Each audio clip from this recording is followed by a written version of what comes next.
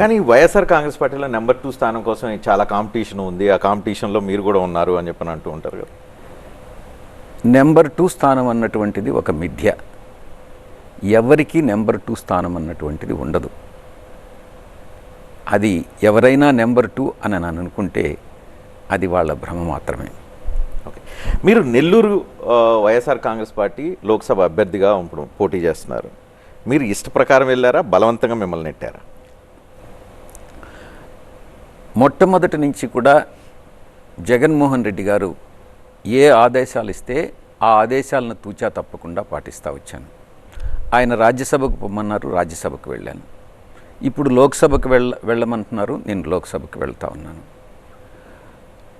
గతంలో నేను నా మనసులో అనుకున్నది విశాఖపట్నం లోక్సభకి పోటీ చేస్తామన్నటువంటి ఉద్దేశం నాలో ఉండింది.